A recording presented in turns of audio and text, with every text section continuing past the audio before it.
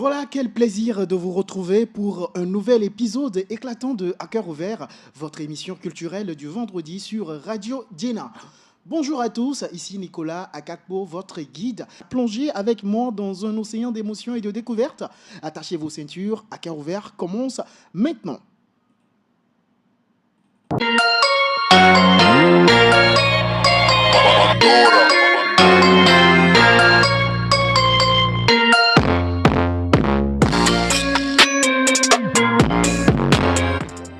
Après l'amour, est-ce que c'est la guerre? C'est la question que je me pose. Totalement dégoûtant. Totalement dégoûtant de se dire qu'on passe du temps avec une personne. C'est une barbarie numérique. Une barbarie numérique. Ou même si c'est peut-être la première fois que ça arrive, c'est tout à fait dégoûtant. C'est totalement dégoûtant, c'est répugnant. Ça n'a pas d'excuse. Particulièrement, je suis contre cette tendance qui, depuis un moment, on voit circuler sur les réseaux des hommes qui publient des nus de leur ex ou voilà, des femmes avec lesquelles ils ont eu des relations.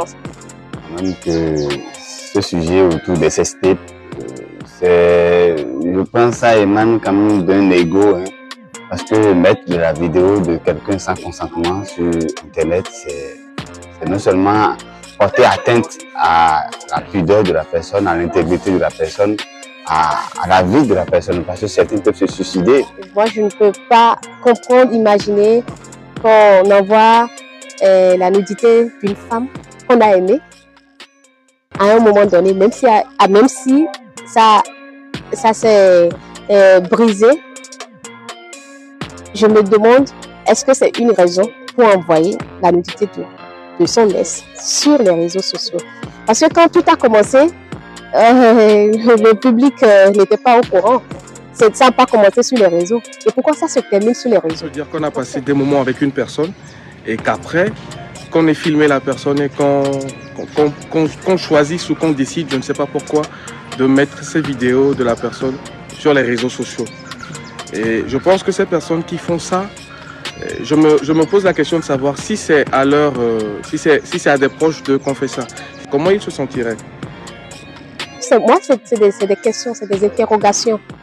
Donc, moi, je ne vais pas condamner ou juger quelqu'un qui pense que c'est sa manière de régler les solutions, envoyer la nudité de son ex sur les réseaux sociaux. La question, c'est après, est-ce qu'il est heureux? S'il est heureux, alors là, tant mieux pour lui.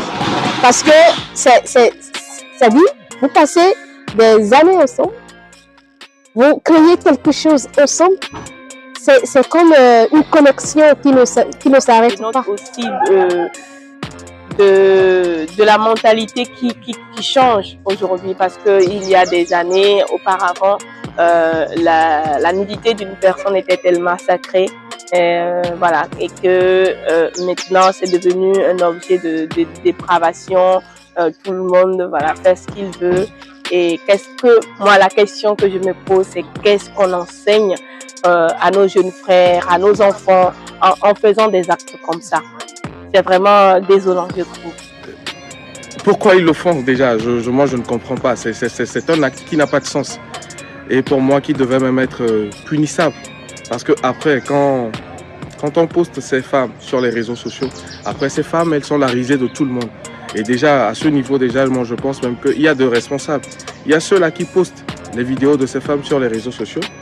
Et il y a ceux-là, généralement des hommes, qui vont descendre, qui vont salir l'image de ces femmes, qui vont insulter ces femmes sur les réseaux sociaux. Alors que ce ne sont pas ces femmes qui ont publié ces images d'elles sur les réseaux sociaux, mais des hommes. Donc, pourquoi les hommes qui vont insulter ces femmes n'attaquent pas plutôt les personnes qui font ça? Parce que ça n'a pas réussi pour les raisons qu'on ne sait même pas. Et chacun a ses raisons. Ça ne réussit pas. Et puis on se dit, voilà, pour faire mal, on envoie la nudité de son ex sur les réseaux sociaux. On doit se poser les bonnes questions. Est-ce que après l'amour, c'est la guerre?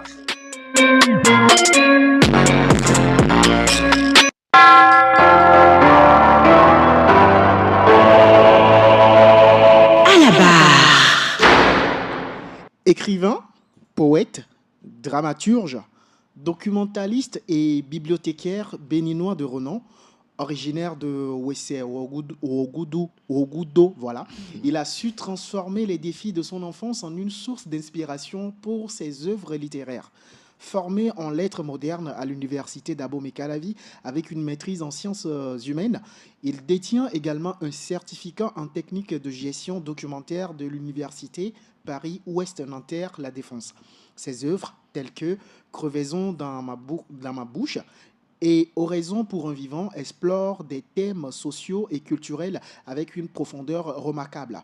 Dramaturge, auteur dramatique, il a à son actif des pièces comme Le chant de la petite horloge et Les complaintes de la sirène, Incinéré et bien d'autres. Lauréat de plusieurs distinctions, il continue d'enrichir la scène littéraire et culturelle béninoise. Lui, c'est Jérôme Michel Tossavi, notre invité à la barre. Bonjour Jérôme.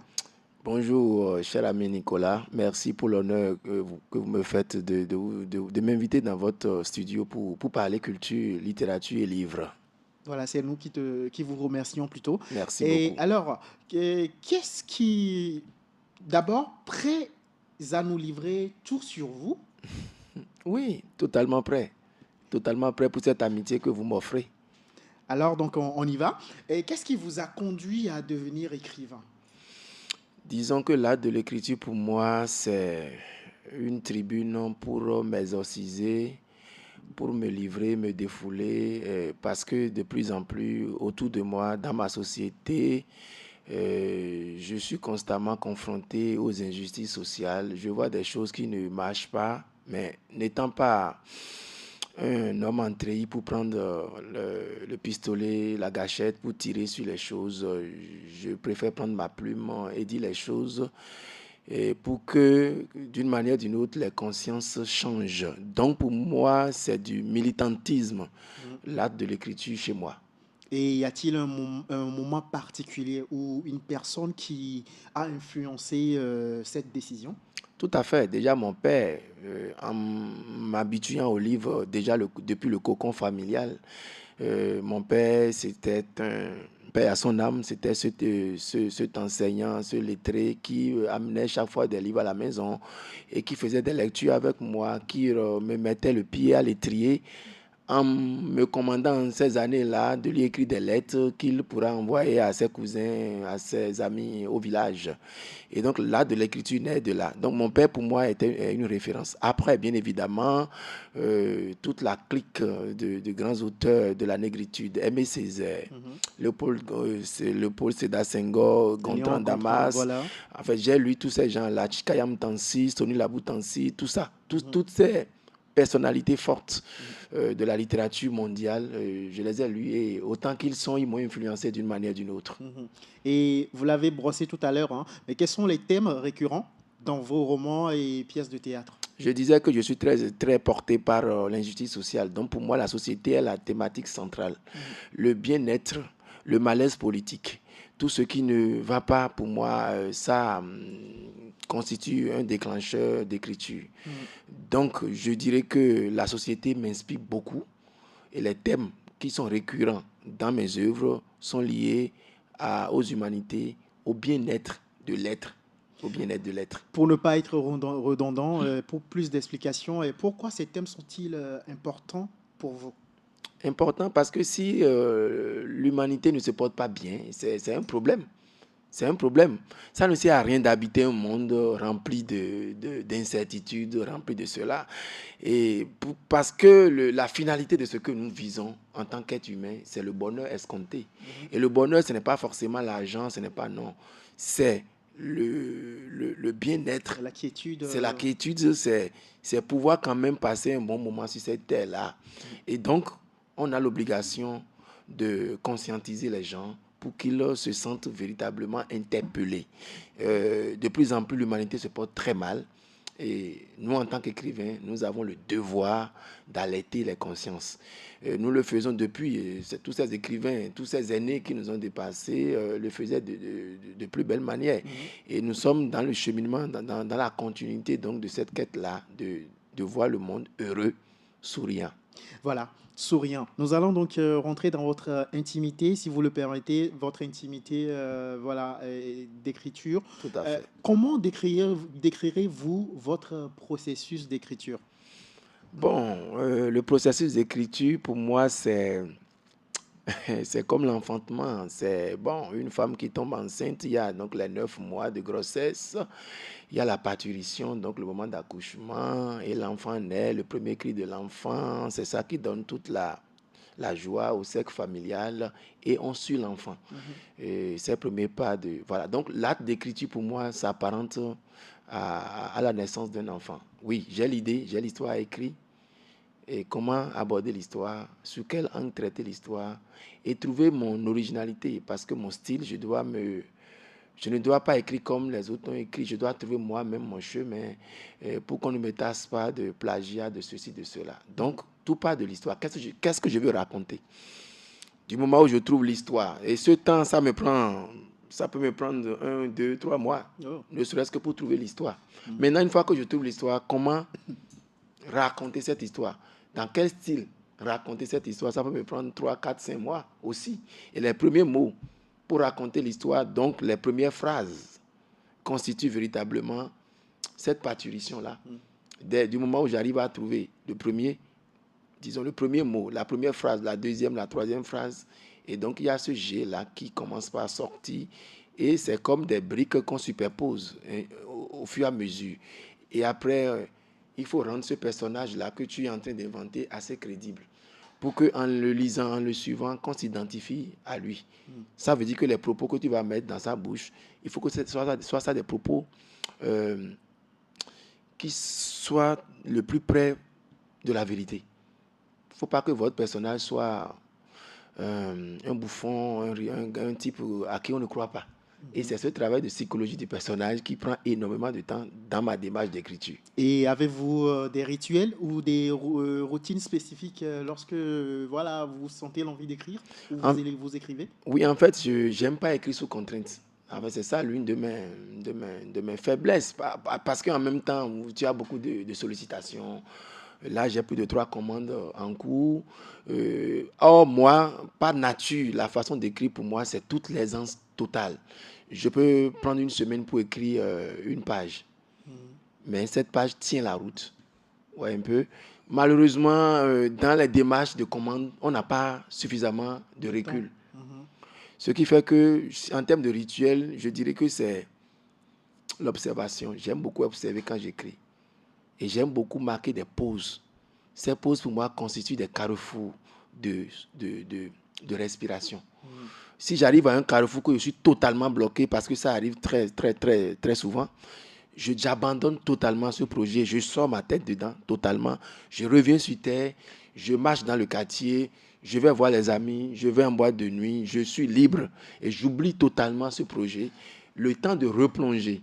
Et c'est ça, quand on replonge, alors on saute les verrous et tout de suite, on trouve le chemin.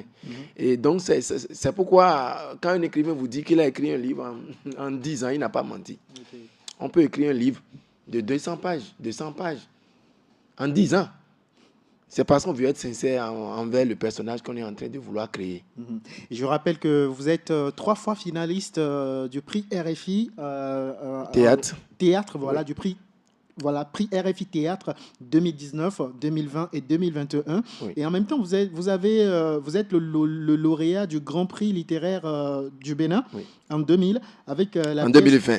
En 2020, oui. Autant pour moi. En 2020, avec la pièce Le chant de la petite horloge. Oui. On va en revenir. Comment réagissez-vous, cher Jérôme, aux critiques de vos œuvres? Très positivement. Je fais partie de la nouvelle génération d'auteurs béninois dont les œuvres quand même accrochent le lectorat. Si vous publiez des choses que vous n'avez pas de retour, et les premiers retours, c'est d'abord dans le milieu universitaire. La plupart de mes œuvres actuellement font l'objet de thèses, de mémoires, de ceci, de cela. Cela dénote un peu de la... Bon, ce n'est pas des fleurs qu'on se jette, dénote un peu de la pertinence afférente à mes œuvres. Donc, oui, je reçois une critique très favorable de ce que je fais. Bien évidemment, aucune œuvre humaine n'est parfaite. Par moment, il peut arriver que des gens trouvent qu'ils ne s'identifient pas forcément dans ce que je fais. La plupart du temps, les gens trouvent ma poésie assez hermétique. Et je dis souvent que la poésie, c'est une affaire personnelle, c'est un jardin intime. C'est déjà très difficile de comprendre un homme. Et donc, la poésie, pour moi, c'est de la sensibilité. Vous n'êtes pas totalement obligé de comprendre un homme. Un homme, est-ce qu'il se comprend lui-même, un homme? Et donc, du coup, quand on est dans le domaine de la poésie, c'est d'une grande sensibilité. Du coup, ma poésie n'est pas assez réceptive. Par contre, mon théâtre, toutes mes pièces sont jouées. Ok. Ça, c'est déjà toutes mes pièces. Voilà, et chaque fois, on me sollicite pour écrire des pièces de théâtre, ainsi de suite. Et j'ai la chance d'être mise en scène par de grands metteurs en scène. Au Bénin, l'un des barons de la mise en scène, c'est Aloubin Dine. Donc, vous disiez tout à l'heure Incinéré, qui a été une commande de l'ambassade de France au Bénin en lien avec les œuvres d'art. C'est Aloubin Dine qui a fait la mise en scène. Et pour moi, en tant que jeune auteur, c'est un honneur. C'est un honneur qu'un grand nom du théâtre africain comme Aloubin Dine mette en scène ma pièce. Et là, à Lomé, actuellement, je vis une autre expérience théâtrale. Et je viens de Ziguinchor du Sénégal pour une autre expérience théâtrale. Vous voyez un peu que si mes pièces ne sont pas assez universelles, je ne peux pas quand même me retrouver d'un coin à l'autre ici à Lomé, Sénégal. Donc, j'ai des familles un peu partout grâce à l'écriture. Grâce à l'écriture. Vous êtes donc au Togo, à Oui. Lomé précisément, dans le cadre de la 3e édition du festival La Fabrique des Fictions, où vous êtes loin des auteurs qui sont mis en scène. Oui. Alors, parlez-nous de ce processus. Comment ça a commencé et jusqu'à la première de votre imagination sur le blanc? Très bien.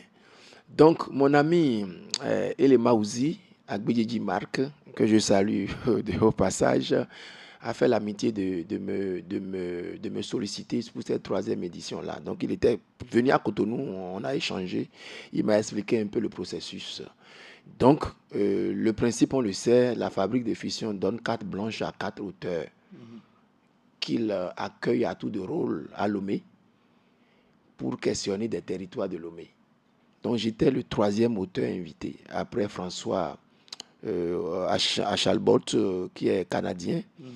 Il y a eu Sheila Laura Inyanguna de Burundi, et je suis le 3e. Après moi, la 4e, c'est une Française, Charlotte Lagrange. Donc, quand je suis venu à Lomé, c'est qu'il faut questionner un territoire. J'ai pris, parce que on a 3 semaines pour cette résidence-là, pour ébaucher la pièce qu'on veut écrire. Donc, j'ai pris 1 semaine pour marcher à Lomé, les quartiers de Lomé, partout, pour trouver mon territoire. Au bout d'1 semaine, je n'arrivais pas vraiment à trouver un lieu qui m'inspire. Et du coup, je débarque à Abé, ce quartier-là que tout le monde connaît ici. Et tout de suite, j'ai l'inspiration. Tout de suite, j'ai l'histoire.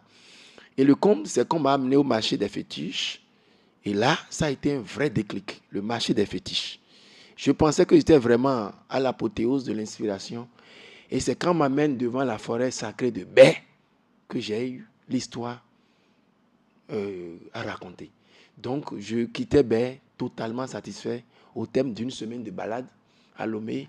Et je suis rentré à la villa des Écritures. Je me suis enfermé pendant les 2 semaines pour écrire les 20 premières pages de ce qui deviendra Bercail, que ta volonté soit faite. Dont la première a été jouée le samedi dernier et le mardi dernier devant un public enthousiaste. Donc, c'était en 2 étapes. La première étape, c'est l'étape de la résidence. Et la 2e étape, c'est l'étape de la création. Parce que ce qui est formidable dans ce projet, les maquettes sont mises en lien avec des créateurs, des metteurs en scène. J'ai eu la chance d'être en collaboration avec Angèle Beau-Godard, qui est une metteuse en scène franco-belge, et qui est autrice aussi à la base. Donc, c'est elle qui a fait la mise en scène de cette pièce-là et qui a séduit le public. Alors, vie personnelle et professionnelle, comment parvenez-vous à équilibrer votre carrière de bibliothécaire avec votre activité d'écrivain? Mais, ouais, j'ai la chance formidable de vivre dans les livres. C'est ça qui est l'essentiel. La bibliothèque, c'est les livres. l'écriture, c'est les livres. Et je m'amuse souvent à dire au Bénin qu'après Florent Kwaozoti, qui est l'un des grands écrivains béninois, je suis le deuxième à vivre exclusivement du livre. Puisque Florent Kwaozoti vit exclusivement du livre, de l'écriture du livre. Après Florent, je pense que c'est moi. Parce que je suis bibliothécaire, donc le livre. Et après, je suis écrivain, donc le livre. Tous les autres écrivains béninois, ils ont d'autres métiers parallèles.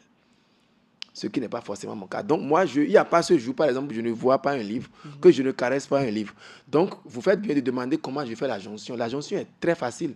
Je suis dans une bibliothèque, je lis des ouvrages, je suis inspiré au quotidien, et puis je me jette à l'eau. C'est ce que je fais. Il n'y a pas d'effort.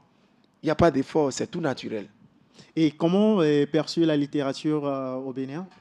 La littérature au Bénin vit très bien. C'est vrai qu'il y a eu un moment d'évasion, il y a eu un moment de tâtonnement. Parce que nos aînés ont mis tellement là-bas, autre que nous, on a dû chercher, fouiller pour trouver notre chemin. Et donc, il y a eu quand même une décennie de vide. Et donc, à partir de cette nouvelle génération, à partir de Daté Atavito Banabé Akai, grand poète devant Dieu et devant les hommes, Giovanni Wansou Sedjuro, qui a eu le prix RFI en 2018, Jean-Paul Toto, aussi un grand poète de tous les cabanons. Évidemment, il y a eu moi-même.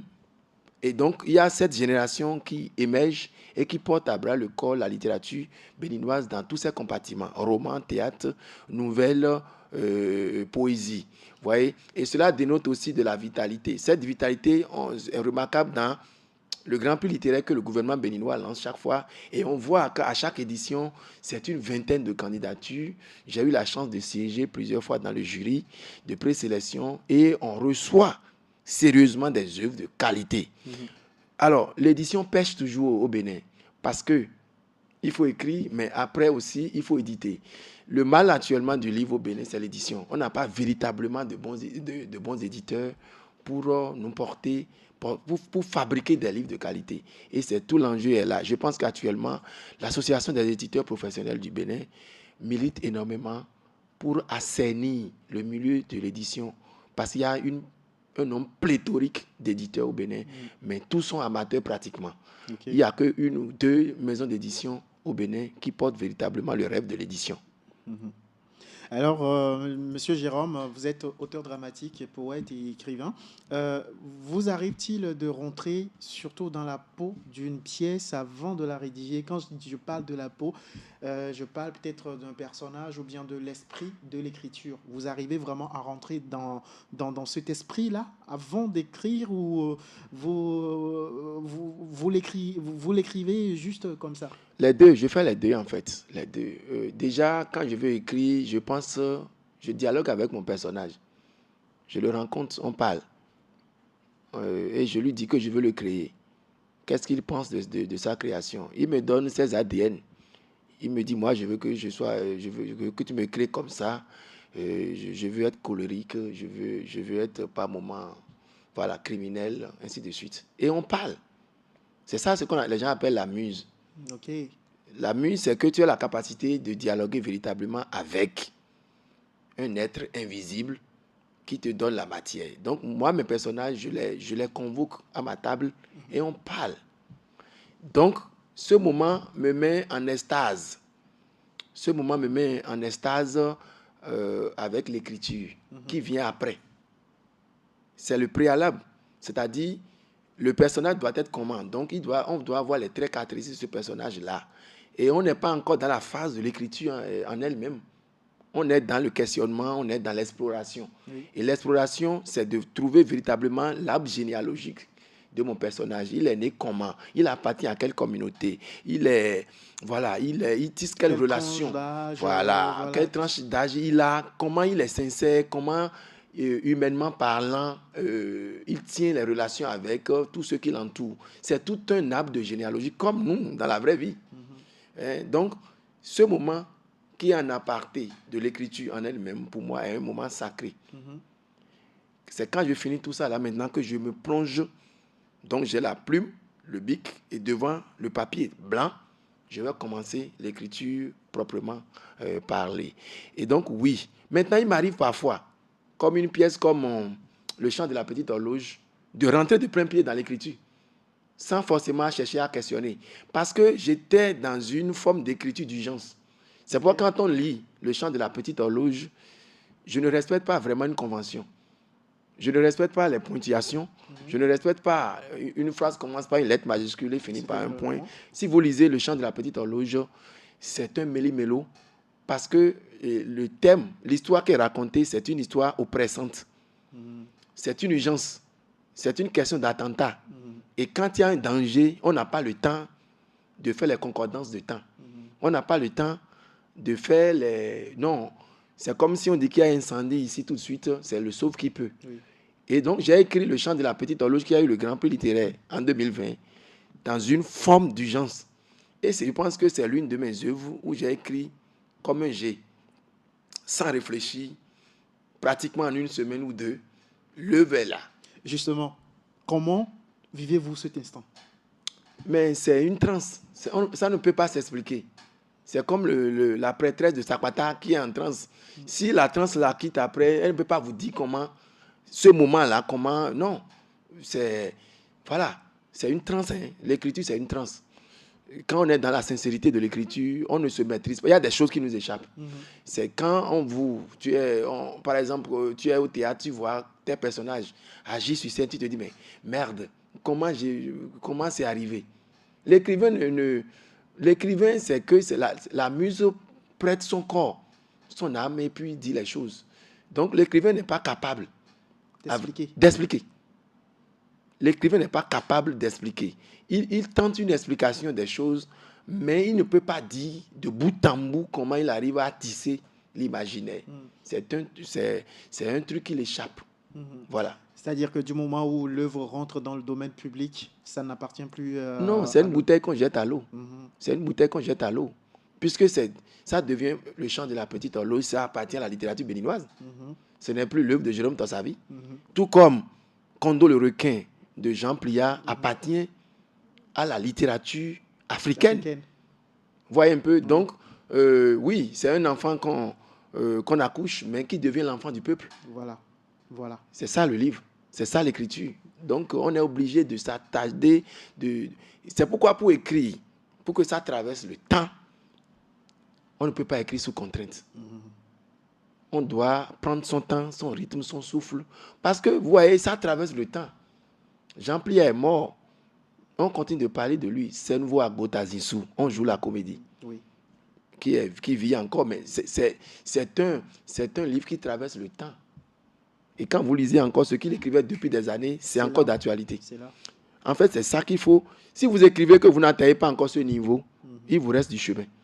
Vous devez écrire de telle sorte que, qu'on soit asiatique, qu'on soit africain, chacun doit pouvoir s'identifier dans ce que vous écrivez. Et quels conseils vous donnez aux jeunes écrivains, aux ceux qui veulent vraiment emboîter le pas comme vous? Beaucoup lire, beaucoup se cultiver et se décider. Et la décision, ça vient du bas-ventre. Se décider à écrire comment on se décide à se marier. Se décider à écrire comment on prend la décision de construire une maison. Oui, l'écriture, c'est une décision. Donc, quand vous décidez, vous donnez tout votre corps, toute votre âme, et vous êtes en plein dans l'écriture. En fait, les gens viennent à l'écriture par plaisir. Non, on n'écrit pas parce qu'il faut écrire. Hein. On écrit parce qu'on a des choses à dire. On a des choses à reprocher. Ouais, un peu, quand c'est ça, on est sincère et ce qu'on dit est universel. Donc, c'est-à-dire, vous parlez là des écrivains engagés, surtout? Il faut être engagé. Au-delà de ça? Déjà, quand on est écrivain d'office, on est engagé. OK. Ouais, un peu. Maintenant, si on est écrivaillon, ça dit que bon, on va faire ça, on va écrire parce que... Voir si ça va donner. On n'a pas pris la décision. Okay. C'est qu'il faut prendre la décision d'écrire. Ce qui manque à la jeunesse actuelle qui veut écrire, ils ne décident pas. Et bon, ils écrivent. Non. Si vous écrivez que vous n'avez pas la décision d'écrire, vous n'avez pas encore atteint la maturité. Alors, Monsieur Jérôme, où est-ce qu'on peut trouver vos œuvres et s'il y a un contact ou... Voilà, dites-nous. Mes œuvres sont disponibles dans toutes les librairies au Bénin. Je suis en train de négocier ici à Lomé pour avoir un coin, une librairie où les livres seront disponibles. Sinon, pour le moment, c'est dans la librairie à Cotonou, un peu partout au Bénin. Et peut-être pour me joindre, je peux donner le numéro plus 229 97 73 21 80. Je reprends, plus 229 97 73 21 80. Alors, Monsieur Jérôme Michel Tossavi, merci d'être passé dans À Cœur Ouvert. Vous avez un dernier mot? Saluer tous les auditeurs de cette radio et vous saluer également pour ce travail que vous abattez pour la littérature, parce que si on sort les livres et qu'il n'y a pas des journalistes culturels qui en parlent, qu'il y a des œuvres artistiques, qu'il n'y a pas des journalistes culturels qui en parlent, ça ne donne pas. Donc vous faites bien de trouver une tranche pour parler de la culture, de la littérature sur cette radio-là. Et donc je salue tout le monde et puis au plaisir. Au plaisir, Monsieur Jérôme Tossavi. Chers auditeurs, auditrices, c'est ainsi que nous refermons notre rendez-vous culturel du jour. Merci pour votre écoute. Je suis Nicolas Akete Akakpo. Bonne suite de nos programmes et à vendredi.